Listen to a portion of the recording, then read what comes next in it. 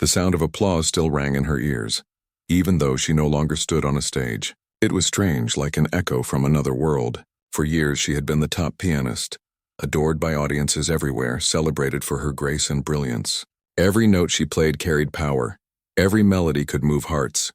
She had touched thousands of lives with her music. But all of that was yesterday.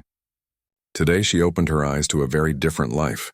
She woke up in a small, dim room with cracked walls and a single narrow bed. The ceiling was low, the sheets rough, and the air smelled faintly of old soap and dust. For a moment she thought it was a dream. She rubbed her eyes, sat up slowly, and tried to remember. Where was the shining concert hall, the polished grand piano, the warm lights that always followed her? None of it was here. Only silence broken by the sound of footsteps rushing outside the door. She looked down and gasped. The clothes on her body were not hers. Gone was the elegant gown she had worn at her last performance. Instead, she wore a plain gray dress with patches on the sleeves, the sort of uniform a lowly worker might wear. Her hands, the same hands that had once glided over ivory keys with perfection, were now covered in tiny scratches and soap marks. She felt her chest tighten. Something was wrong, terribly wrong. Before she could make sense of it, the door flew open. A woman, sharp-faced and loud, burst in. "What are you sitting there for? Get up. The floors need scrubbing and the guests will be here later. Don't be lazy or you'll regret it." She didn't wait for an answer. She simply barked orders and left. The pianist sat frozen. Guest? Scrubbing floors? She didn't understand, but as she stood and stepped outside the small room, she found herself inside a huge mansion. Marble floors stretched under her feet. Wide staircases spiraled upward and chandeliers glittered above. It was the kind of house that spoke of power and wealth. And yet she wasn't here as a guest. She was here as a servant. Other workers passed by carrying trays, dusting furniture, or hurrying with laundry. They barely looked at her, though a few smirked when they saw her lost expression. One whispered to another, "That maid never gets anything right. Always in trouble." The other laughed softly. "She'll probably be fired soon." The pianist's heart pounded. Fired? Maid? How could she of all people be reduced to this? But no one here seemed to recognize her. Not one person saw her as the celebrated pianist. To them she was only a bullied workermaid, someone to mock or order around. She tried to ask questions, but the others ignored her. They pushed past her, sneered, or rolled their eyes. To them she wasn't worth their time. The sharp-faced woman returned and shoved a bucket toward her. "Get to work. The hallway by the dining room. And don't make a mess this time." Her body moved as if on instinct. She carried the bucket, the mop, and knelt on the polished floor. Each stroke of the mop felt heavier than the last. Her hands shook, not from the work itself, but from the humiliation. This was the same world where she once stood under golden lights, yet no one clapped for her here. No one cared if her back ached, or her knees burned from scrubbing. No one saw her as an artist. She was invisible. By midday, her arms were sore. She watched the other maids gather in the kitchen to eat. They laughed together, whispering stories, glancing at her with mocking smiles. One said loudly, "She thinks she's special, but she's the worst of us." Another added, "Did you see her face this morning? Like she doesn't even know where she is. Pathetic." Their laughter filled the room. She sat in silence, staring at her plain meal of bread and soup, swallowing hard as she fought back tears. That night, after endless chores, she wandered through the mansion, trying to clear her mind. She passed through the storage rooms where old furniture and dusty boxes were kept. Then she froze. In the corner, covered with a white sheet, stood a piano.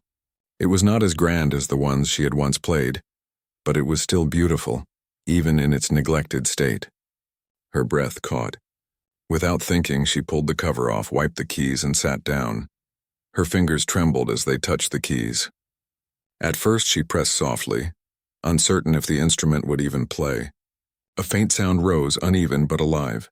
She closed her eyes and let her hands move the way they always had, guided by years of love for music. Slowly, the melody filled the empty room. The notes carried her sorrow, her confusion, and her longing.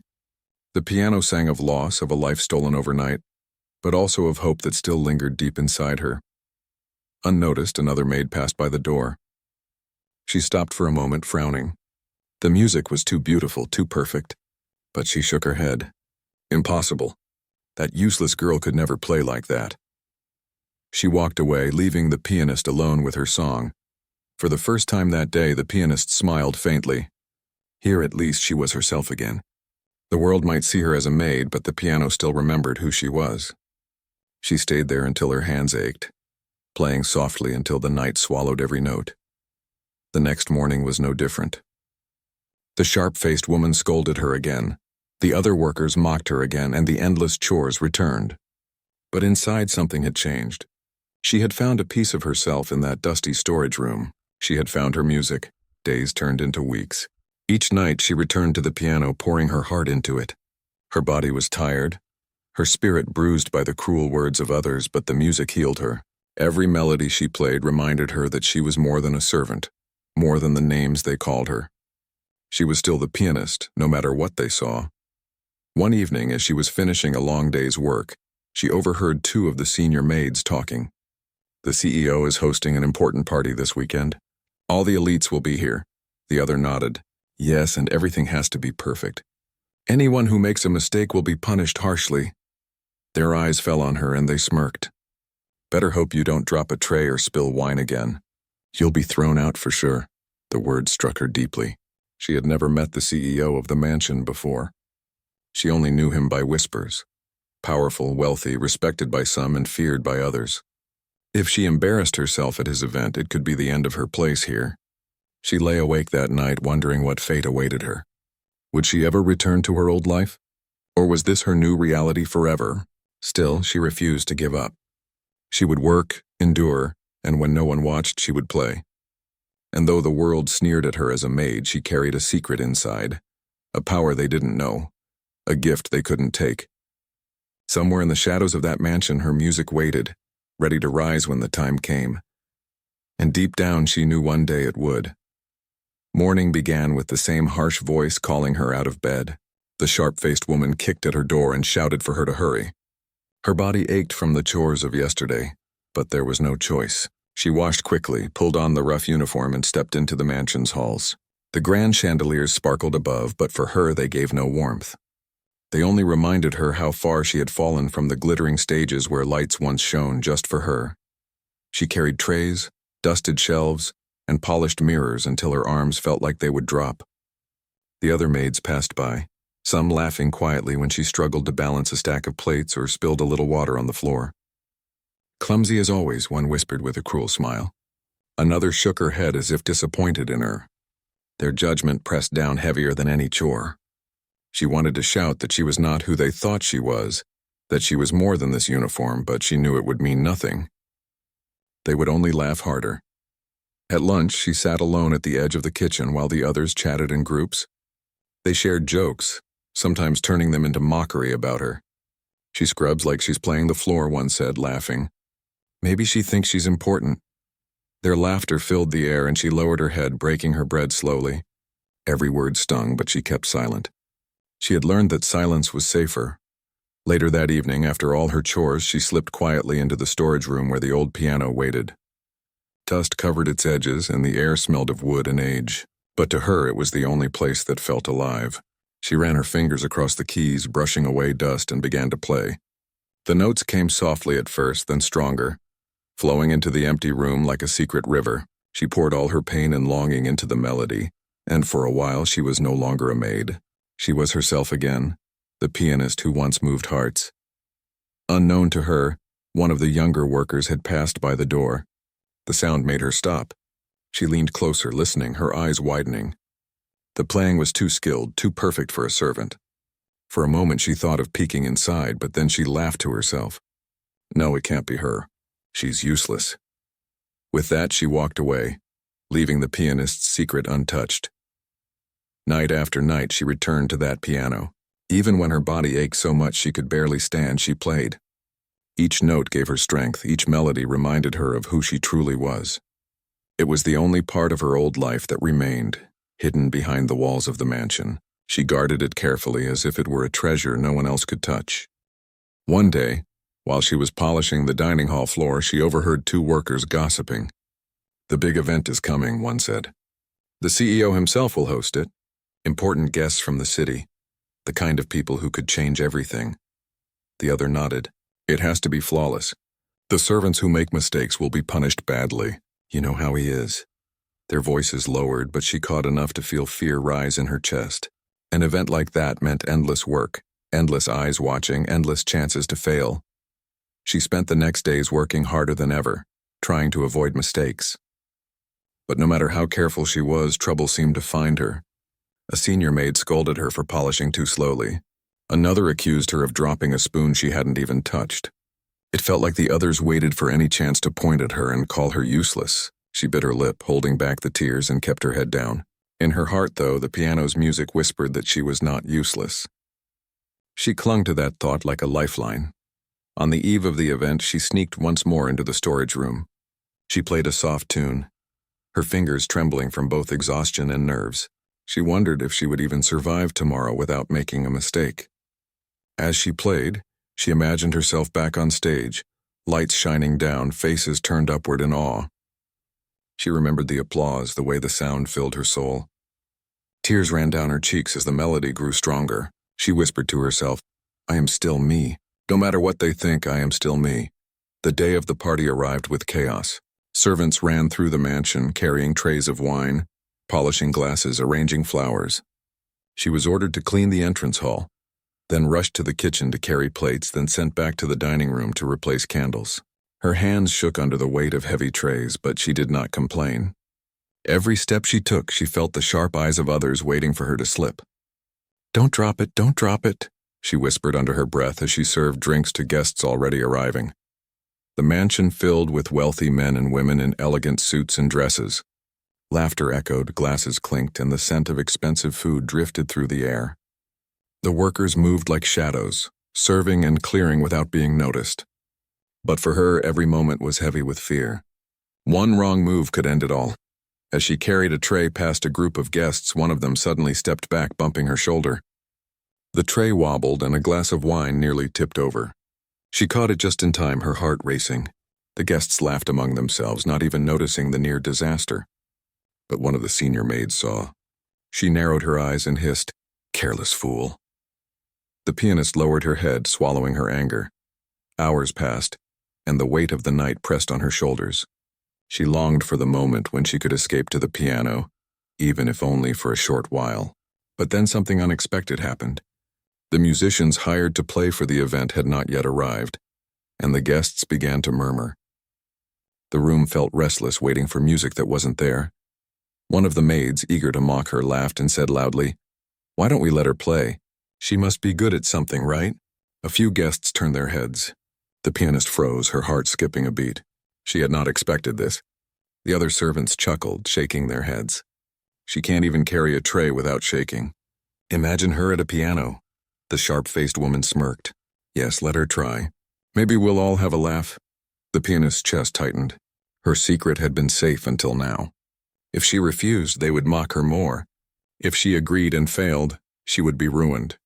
But deep inside, a spark lit. Maybe this was the moment her music had been waiting for. Before she could answer, the CEO himself entered the room. The atmosphere shifted instantly. Guests straightened, servants bowed their heads, silence fell. He was tall, with a presence that filled the room. His eyes scanned everything with cool indifference, missing nothing. He saw the musicians had not arrived and frowned slightly. Then his gaze shifted to her. She felt her breath catch. For a moment, it seemed as if he could see straight into her soul. "Let her play," he said simply. The word struck the room like a bell. The servants glanced at each other, surprised. The mocking maid bit her lip, unsure now. But the order was given. All eyes turned to her.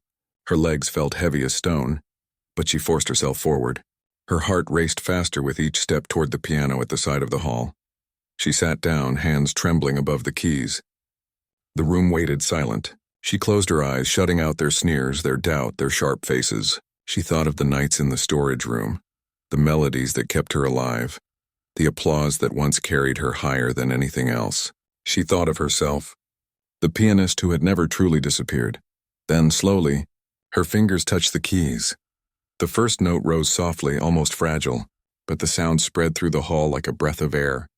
Every ear turned, every whisper died, and the silence grew deep.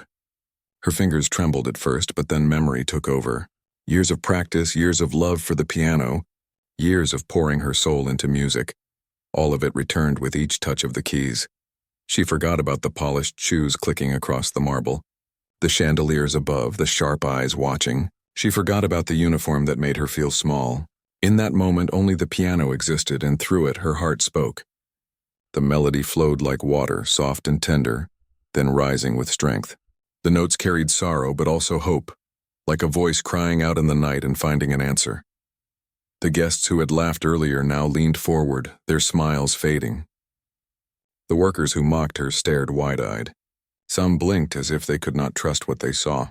The sharp-faced woman who had ordered her around stood frozen, her lips parted in disbelief.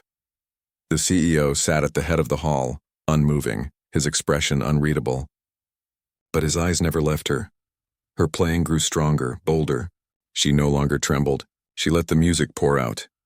Each note shaped by pain she had lived as a maid and the glory she remembered as a pianist. She told her whole story without a single word, only keys that sang of her hidden truth. And as she played, she felt something change. The fear that had crushed her every day melted away. She was no longer the bullied maid. She was who she had always been, the pianist. The final note lingered in the air, then faded into silence. For a moment, no one moved. It was as if time itself had stopped. Then slowly applause began. A guest near the front clapped once, then again, then others joined in until the room filled with thunder. Hands clapped, voices murmured in awe, and people looked at her as if seeing her for the first time. Her chest rose and fell quickly as she stood from the bench. She bowed her head slightly, unable to meet their eyes. She did not play for their approval, but for herself. Yet now the same crowd that had sneered only minutes ago could not stop applauding. The CEO lifted his hand, and the applause hushed at once. He rose from his seat, his gaze still fixed on her. "Where did you learn to play like that?" he asked, his voice calm but carrying across the room. Her lips parted, but no sound came out. She lowered her eyes, clutching her hands together. She could not tell them the truth, that she had once been a celebrated pianist known across cities.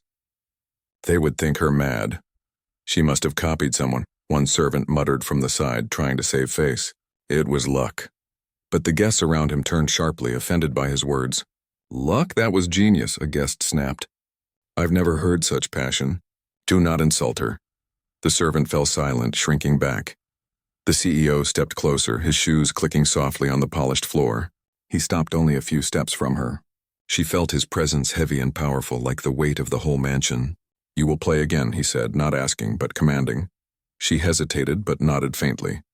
She sat again at the piano. This time she played something lighter, brighter, a melody that danced like sunlight on water. The hall filled with joy, laughter, and warmth. Guests swayed their heads. Smiles grew, and the heavy air of the evening lifted. When she finished, the applause returned, louder than before. Some even rose to their feet, but not everyone clapped with joy. The other maids exchanged glances, their faces twisted with envy. The sharp-faced woman bit her lip, clearly angry that the girl she scolded daily now stood in the center of admiration. The younger servants whispered to each other, unsure of how this had happened. For the pianist, though, none of that mattered. In those few minutes, she had reclaimed a piece of herself. The world might still see her as a maid, but she knew now that her music could not be hidden forever. As the night went on, she returned to her duties, carrying trays again, refilling glasses, cleaning quietly. But wherever she went, guests stopped her. Some praised her skill, some asked her name, some even wanted her to play again. She lowered her head humbly, answering as little as possible. She did not seek the spotlight. She only wanted to keep her secret safe. Yet one pair of eyes followed her everywhere. The CEO. He did not smile, did not clap again, but he watched her with an intensity that made her uneasy. When she served wine near him, she felt his gaze and nearly dropped the glass. When she crossed the hall, she knew he was studying her every move. By the end of the night, exhaustion weighed heavy on her shoulders, but her heart was strangely light. She had faced their sneers, and she had silenced them not with words, but with music. In the servants' quarters, however, the mood was not kind. The other maids cornered her. "So you think you're special now?" One hissed. "Just because you touched a piano." Another sneered. "Don't forget you're still a maid. Don't get proud." Their words were sharp, but she stayed quiet. She had learned that arguing only gave them more to laugh at. When they left, muttering about how she would be punished for showing off, she lay in bed staring at the ceiling. Her body was tired, but her soul felt awake for the first time in weeks. She knew the days ahead might be harder. Envy, suspicion, maybe even anger from those who wanted to keep her small. But the music was alive again inside her. Nothing could take that away. The next morning, whispers filled the mansion. The guests had spoken of the maid who played like a master, and the story spread quickly. Workers in the kitchen gossiped. The guards at the gate exchanged rumors, even the cook spoke about it. Some doubted, some mocked, some were curious.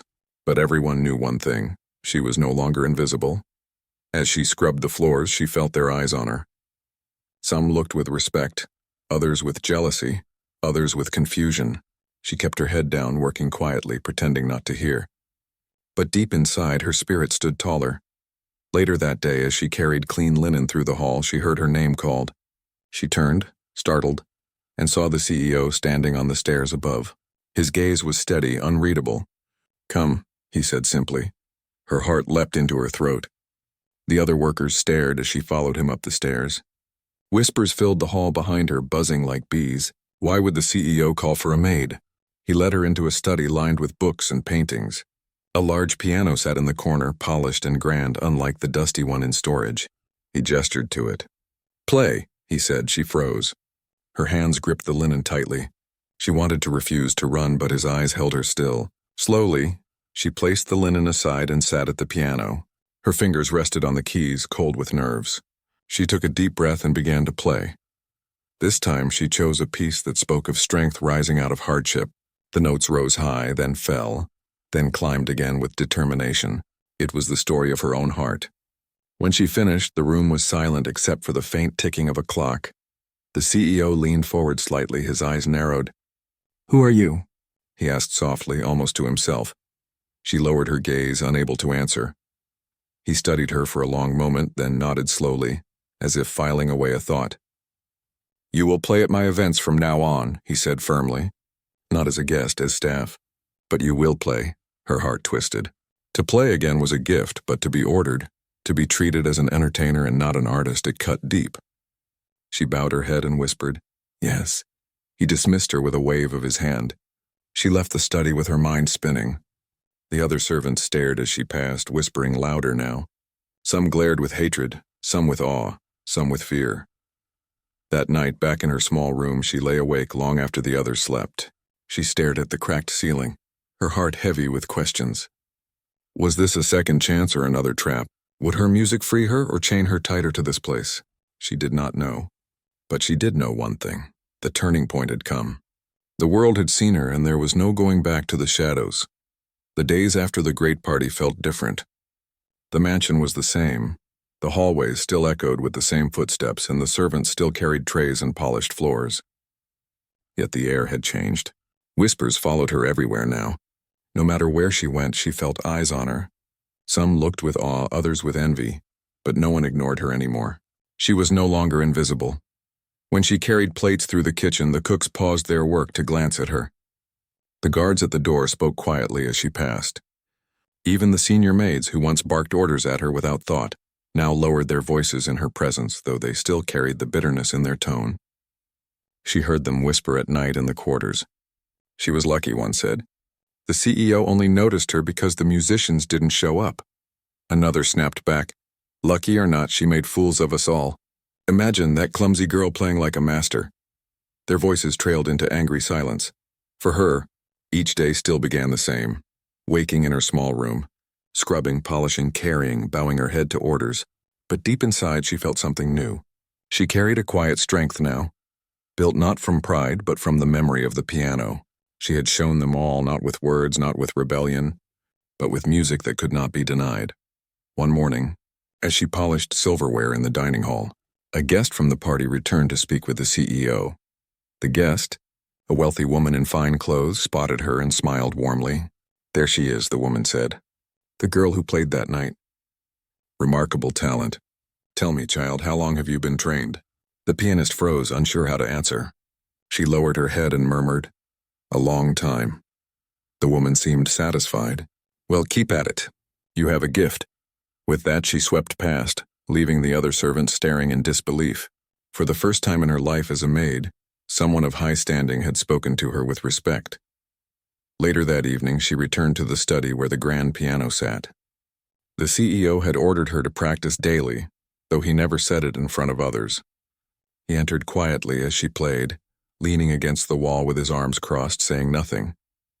She could feel his gaze but kept her eyes on the keys. When she finished, he asked only, "Why do you hide this talent?" She lowered her head, unsure how to explain. "It was not wanted before," she whispered. His brow furrowed slightly as if he could not understand, but he did not press further. Instead, he gave a short nod and left. The servants noticed his interest. Their whispers grew sharper. Why does he call her alone? Why does he let her play in his study? She must be planning something. The sharp-faced woman's jealousy burned brighter than the others. She snapped at the pianist often, finding small faults, punishing her with extra chores. Yet no matter how harsh the treatment, the pianist endured. She no longer allowed their cruelty to silence her spirit. Weeks passed, and the CEO hosted another gathering. This time the musicians were present, dressed in fine suits, their instruments polished. Yet halfway through the evening, the CEO raised his hand. "Let her play," he said, pointing toward the maid. The musicians stepped back, their pride wounded, but they dared not argue. She approached the piano slowly, aware of the murmurs spreading through the hall. "Isn't that the maid? What is she doing here? Can she really play again?" When her hands touched the keys, the room hushed once more. This time she chose a lively tune, bright and full of joy, a song that danced like laughter. The guests swayed, tapped their feet, and smiled widely. When she finished, the applause was even louder than before. Some guests rushed forward to compliment her, asking if she taught or performed elsewhere. She bowed her head humbly, answering little, but inside her heart swelled. The sharp-faced woman glared from the shadows, her fists clenched. The other maids bit their lips, watching their own importance fade. No longer did guests thank them for their service. Now the talk was only about the pianist.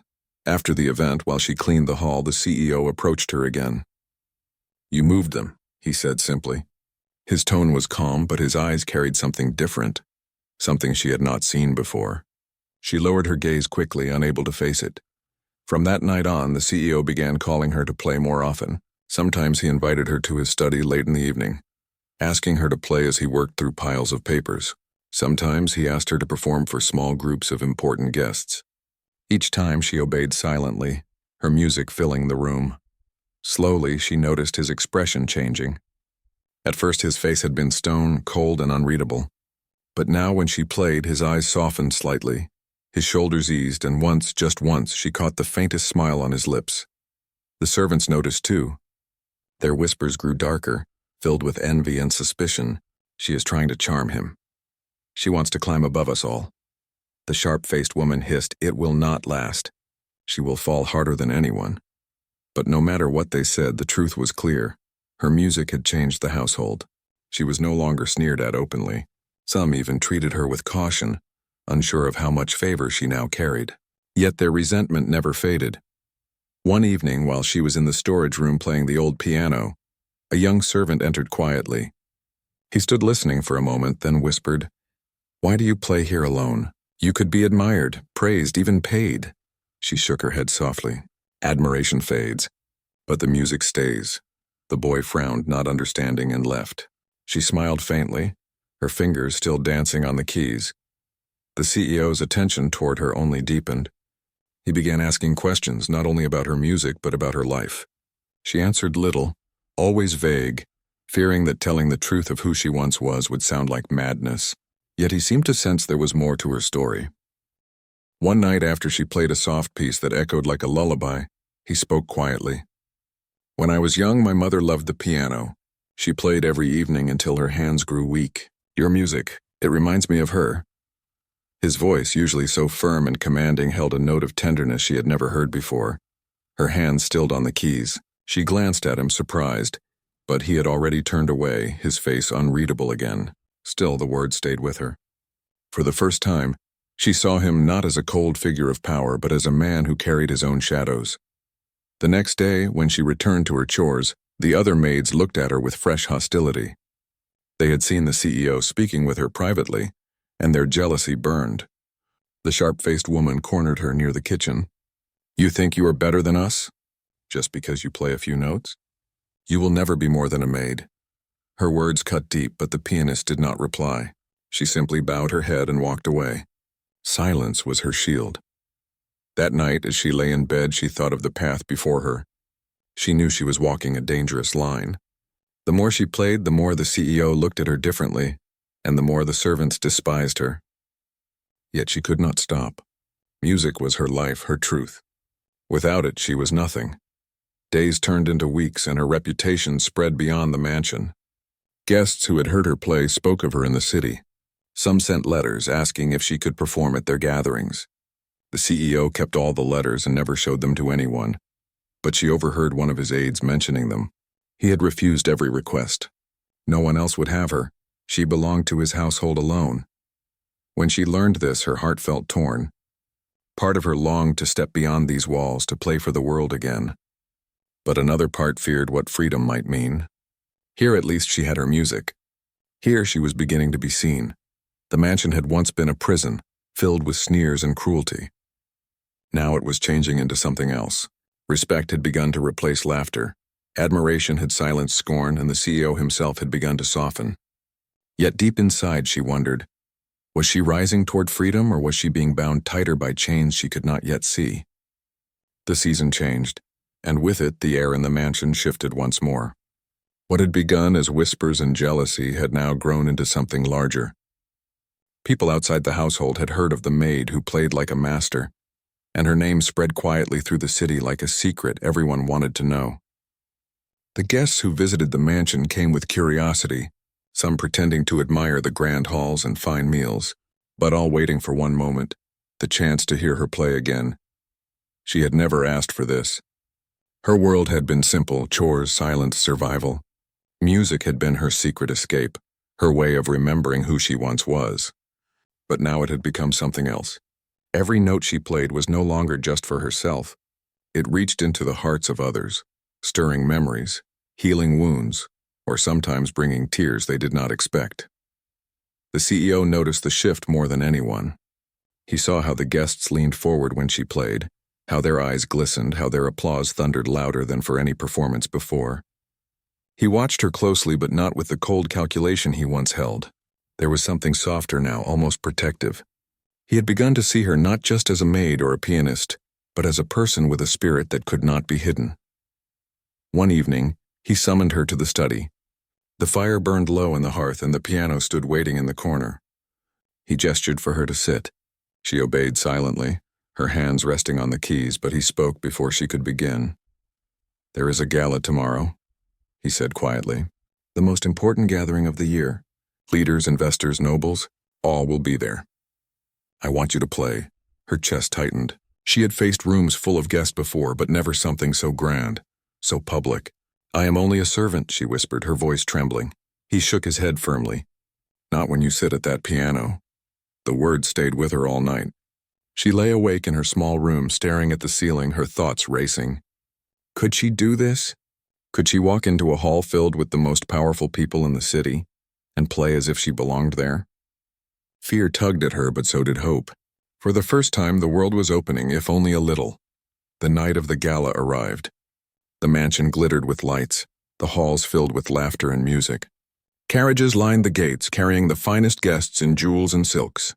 Servants rushed in every direction, carrying trays and guiding the crowd. And in the midst of it all, the maid who had once been invisible stood by the grand piano, her simple dress ironed neatly, her hands trembling just enough that she hid them behind her back. The CEO stepped forward and addressed the crowd. His voice carried through the hall. "Tonight I present not only fine food and company, but something far rarer. Music from a soul that speaks beyond words." He turned, his gaze falling on her. "Play!" The room hushed. Dozens of eyes turned to her, some skeptical, some curious, some already knowing the stories whispered about her. She sat slowly, her hands hovering above the keys.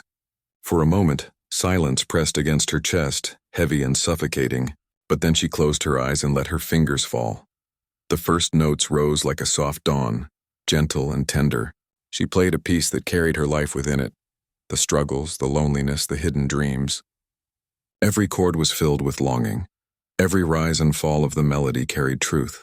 The room remained still, no one daring to move. As the music swelled, it seemed to wrap around each listener, pulling them into a world far beyond wealth and titles. Some bowed their heads, some held their breath, some let silent tears fall. When the final note faded, the silence lingered for a heartbeat, and then the hall erupted in thunderous applause.